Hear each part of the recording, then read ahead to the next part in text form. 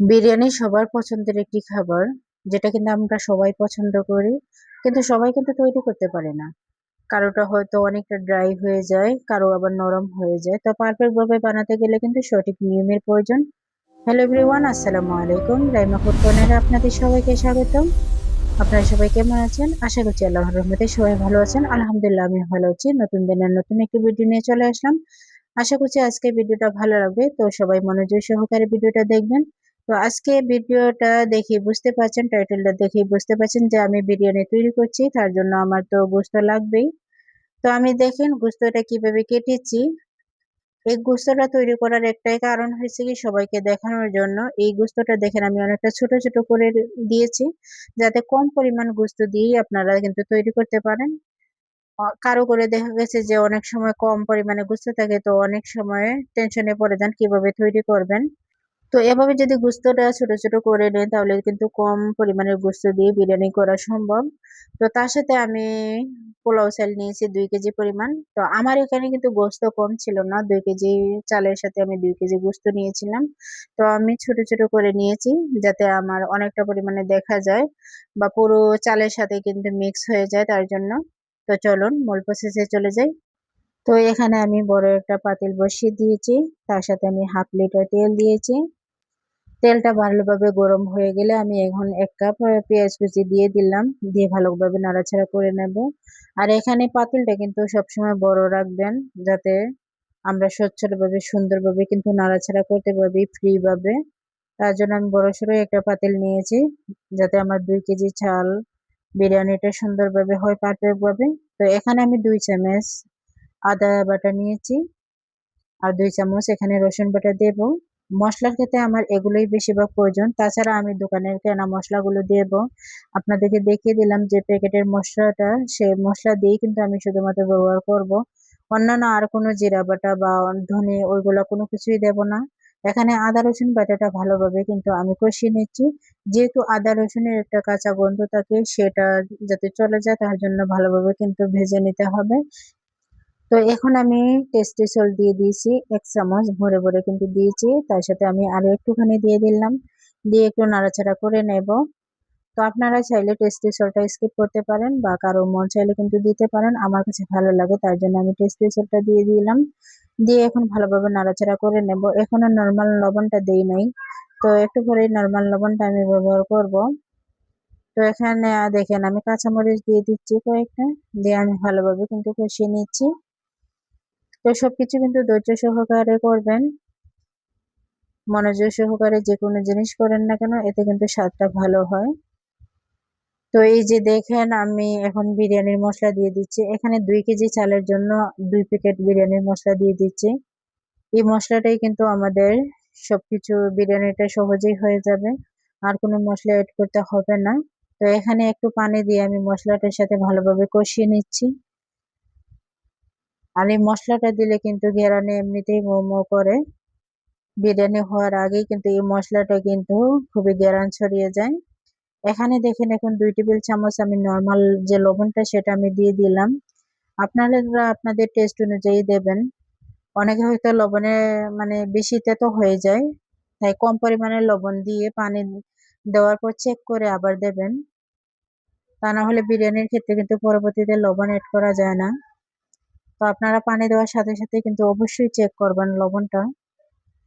তো এখানে দেখেন আমি গরুর গোস্তটা দিয়ে দিচ্ছি, আর এখানে আমার 2 কেজি পরিমাণে গরুর গোস্ত ছিল, আগেই তো বলেছি। আর সেটা আমি ছোট ছোট করে কেটে নিয়েছি, যাতে সহজে সেদ্ধ হয়ে যায়। আজকে আমি প্রেসার কুকারে আলাদাভাবে কোনো সেদ্ধ করব না গরুর গোস্তটা। তো আমি এখানে বড় পাতিলেই দিয়ে দিলাম, দিয়ে কিছুক্ষণ আমি কষিয়ে নেব। কিন্তু গরুর গোস্ত যেহেতু অনেকটা পরিমাণ শক্ত থাকে, তো বেশ কিছুক্ষণ কষিয়ে নিতে হবে। তো এই যে দেখেন ভালোভাবে নাড়াচাড়া করে নিচ্ছি। তো এখন আমি দেখে দেব, দেখেন দেখে দিয়ে কিছুক্ষণ আমি রান্না করে নেব। প্রায় আমি 20 মিনিট এখানে রান্না করে নিয়েছি কিন্তু ভালোভাবে। তো 80% এর মতন কিন্তু আপনারা সেদ্ধ করে নেবেন, বাকি 20% কিন্তু বিরিয়ানি হওয়ার সাথে সাথেই হয়ে যাবে। যেহেতু বিরিয়ানি রান্না করতে কম সময় লাগে, তার জন্য কিন্তু আগে ভাগে সিদ্ধ করে নিতে হবে গরুর গোস্তটা। আর ভালোভাবে কষালে কিন্তু গরু গোস্তটার মধ্যে বিরিয়ানির যে মশলাটা সেটা কিন্তু যুক্ত হয়ে যায়, ঢুকে যায় ভালোভাবে পারফেক্ট ভাবে। তো এই যে দেখেন আমি ভালোভাবে কিন্তু কষিয়ে নিচ্ছি। তো আমার কিন্তু কষানো হয়ে গেছে, দেখেন আমার প্রায় 80% রান্না হয়ে গেছে। তো আমি একটু নাড়াচাড়া করে নিচ্ছি। আর এখানে কিন্তু কালারটা মাশাআল্লাহ অনেকটা সুন্দর এসেছে। তো এ পর্যন্ত যারা আমার ভিডিওটা দেখছেন প্লিজ লাইক দিতে ভুলে গেছেন, একটা লাইক দিয়ে ভিডিওটা কন্টিনিউ করবেন। আর আমার চ্যানেলের নতুন বন্ধু হয়ে থাকলে সাবস্ক্রাইব করে পাশে থাকবেন। অলরেডি যারা সাবস্ক্রাইব করে দিয়েছেন তাদেরকে অসংখ্য ধন্যবাদ। তো এই যে দেখেন আমি চালটা এখানে দিয়ে দিচ্ছি। আর হ্যাঁ, এখানে চালের ক্ষেত্রে চালটা অবশ্যই আপনারা 1 ঘন্টা ভিজিয়ে রাখবেন। পারফেক্ট ভাবে যদি পোলাও বা বিরিয়ানি করতে চান অবশ্যই 1 ঘন্টা বা 1.5 ঘন্টা ভিজিয়ে রাখতে হবে চালটা। তাতে কিন্তু খুবই সুন্দরভাবে জর্জরে পোলাও বা বিরিয়ানি হয়ে যায়। কারো দেখা গেছে যে বিরিয়ানি করতে গেলে অনেক সময় ড্রাই হয়ে যায়।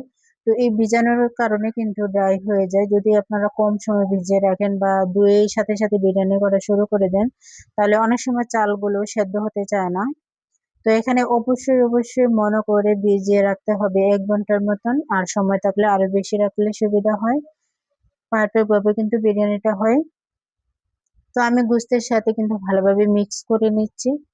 আর এখানে ভালোভাবে চালটা ভাজা ভাজা করতে হবে। যখন দেখবেন ডেগের তলায় একটা চড়চড়ার শব্দ আসছে, একটা আওয়াজ আসছে, তখন বুঝবেন যে ভাজা হয়ে গেছে কিন্তু। তো আমি দেখেন ভালোভাবে মিক্স করে নিচ্ছি। কিছুক্ষণ আমি এখানে 5 মিনিটের মতন ভেজে নেব চালটা। আর যত ভাজবেন তত কিন্তু পোলাওটা বা বিরিয়ানিটা খুবই সুন্দর হবে। তো দেখেন আমি খুব ভালোভাবে কিন্তু মিক্স করে নিচ্ছি। তো আমার মনে হয় মিক্স করা হয়ে গেছে কিন্তু। তো এখানে আমি গরম পানি এড করব। আর গরম পানিটা অবশ্যই ফুটন্ত গরম হতে হবে। আর এখানে দেখেন বিরিয়ানির ক্ষেত্রে আপনারা কতটুকু পানি দেবেন অনেকে হয়তো জানেন না। তাই পুরো ভিডিওটার সাথেই থাকবেন, কেউ স্কিপ করে দেখবেন না। তো এখানে বলে রাখি বিরিয়ানি বা পোলাও রান্না করার ক্ষেত্রে 1 কেজি চালের সাথে কিন্তু 1.5 লিটার পানি ব্যবহার করতে হয়। তাও ফুটন্ত পরিমাণে পানি দিতে হয়। ফুটন্ত পানি দিলে কিন্তু পোলাওটা বা বিরিয়ানিটা খুবই সুন্দর হয়। তো আমি কিন্তু ফুটন্ত পানি নিয়েছি। আমার যেহেতু 2 কেজি চাল, তার জন্য আমি 3 লিটার পানি দিয়েছি এখানে। আর পানির পরিমাণটা যদি পারফেক্ট ভাবে দেন তাহলে বিরিয়ানিটাও কিন্তু খুবই সুন্দরভাবে পারফেক্ট ভাবে হয়ে যাবে। একদম ড্রাইও হবে না, আবার একদম নরমও হবে না। খুবই সুন্দর একদম ঝরঝরে হয়ে যাবে। বিরিয়ানিটা খেতে কিন্তু খুবই ভালো লাগবে। একটা সফট বিরিয়ানি থাকবে। তো পারফেক্ট ভাবে পানিটা অবশ্যই দেওয়ার চেষ্টা করবেন। আর ফুটন্ত গরম পানি দেওয়ার চেষ্টা করবেন অবশ্যই। তো দেখেন আমার কিন্তু এখনই বাবলস চলে আসছে, যেহেতু আমি ফুটন্ত গরম পানি দিয়েছি। আর গরম পানি দেওয়ার কারণে একটাই, আরো তাড়াতাড়ি সহজে কিন্তু হয়ে যায়। তো এই যে দেখেন আমার কিন্তু বেশি সময় লাগবে না। এখন আমি ঢাকনা দিয়ে 10 মিনিট রান্না করে নেব এখানে। তো আমার নাড়াচাড়া হয়ে গেছে। আর আমি লবণটাও চেক করে নিয়েছি এই পর্যায়ে এসে কিন্তু লবণটা আপনারা চেক করবেন বেশি হয়ে গেল কিনা বা কম হলো কিনা। যদি কম হয়ে থাকে তাহলে কিন্তু লবণটা দিয়ে দিতে পারেন এ পর্যায়ে। তো আমার দেখেন 10 মিনিট কিন্তু আমার রান্না হয়ে গেছে। এখন আমি একটু নাড়াচাড়া করে দেব। আমার পানিটা কিন্তু কিছুটা শুকিয়েও গেছে। আর অবশ্যই একটা কথা মনে রাখবেন, বিরিয়ানি বা পোলাও রান্না করার ক্ষেত্রে কখনো চুলার পাশ থেকে সরে যাবেন না, এতে কিন্তু লেগে যেতে পারে। যেহেতু পোলাও বা বিরিয়ানি রান্নাটা সহজে হয়ে যায়। আর আগুনের আঁচটা কিন্তু একদম কমিয়ে দিতে হবে। এ পর্যায়ে আমি নাড়াচাড়া করে দিয়েছি, মিক্স করে দিয়েছি সবকিছু। তো এখন আমি একদম লো হিটে আরো 10 মিনিট রান্না করে নেব। প্রথমে আমি হাই হিটে কিন্তু 10 মিনিট রান্না করে নিয়েছিলাম। এখন আমি একদম লো হিটে 10 মিনিট রান্না করে নিচ্ছি। তো আমার টোটালি কিন্তু 20 মিনিট লাগবে রান্না করতে। তো এখানে আমি কিছুটা কাঁচামরিচ দিয়ে দিয়েছি। আর কিছুটা পেঁয়াজ বেরেস্তা দিয়ে দিলাম, যেটা কিন্তু আমার নিজের হাতে তৈরি। বেশ অনেক দিন আগে কিন্তু আমি পেঁয়াজ বেরেস্তাটা তৈরি করেছিলাম। আপনারা কিন্তু সেই ভিডিওটাও দেখেছেন। তো এখানে আমি পেঁয়াজ বেরেস্তাটা দিয়ে এখন একটু দেখে দেব 10 মিনিটের জন্য। তো এ পর্যায়ে কিন্তু একদম চুলার হাইটা লোতে থাকবে। তো এই যে দেখেন আমার 10 মিনিট কিন্তু হয়ে গেছে। আর অনেকটা সুন্দর কিন্তু ঘ্রাণ আসছে মাশাআল্লাহ। আর আমার বিরিয়ানিটা খুবই পারফেক্ট ভাবে হয়েছে। একটু নাড়াচাড়া করে দেখিয়ে দিলেই বুঝতেই পারবেন কতটা পারফেক্ট হয়েছে। এই যে দেখেন কতটা সুন্দর, কতটা ঝরঝরে হয়েছে। একদম ড্রাইও হয়ে যায়নি, আবার একদম নরমও হয়ে যায়নি। বিরিয়ানিটা অতিরিক্ত নরম হলে কিন্তু ভালো লাগে না, আবার শক্ত শক্ত চালের মতন থাকলে সেটাও খেতে কিন্তু ভালো লাগে না। তো এই যে দেখেন আমার পানির পরিমাণটা পারফেক্ট ছিল। আর আমি যেহেতু ভিজিয়ে 1 ঘন্টা রেখেছিলাম, তার জন্য কিন্তু খুবই সুন্দরভাবে বিরিয়ানিটা আমার হয়ে গেছে। তো আমি 2-3 মিনিটের জন্য আবার ঢেকে রেখে দেবো। এখন আমি এ পর্যায়ে চুলাটা বন্ধ করে দিয়েছি। তো আবার 2-3 মিনিট পর কিন্তু আমি একটা প্লেটে দেখিয়ে দেবো সার্ভ করে।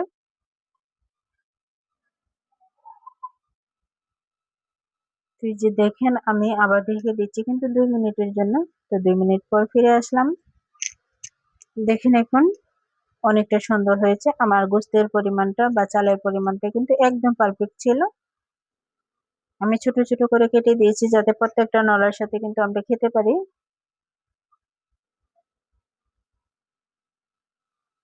এখন আমি একটা প্লেটে উঠিয়ে দেখিয়ে দিচ্ছি। মাশাআল্লাহ অনেকটা সুন্দর হয়েছে।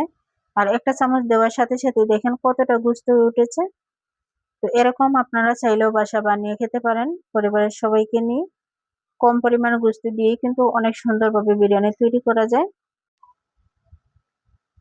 তো এই যে অনেকটা কিন্তু পারফেক্ট হয়েছে মাশাআল্লাহ। তো এই ছিল ভিডিও আজকের মতন। যদি আমার কথা বা কাজে কোনো ভুল ত্রুটি হয়ে থাকে অবশ্যই ক্ষমার দৃষ্টিতে দেখবেন। আর আপনাদের মতামতটা অবশ্যই জানিয়ে যাবেন।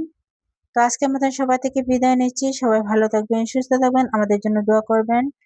আল্লাহ হাফেজ, আসসালামু আলাইকুম।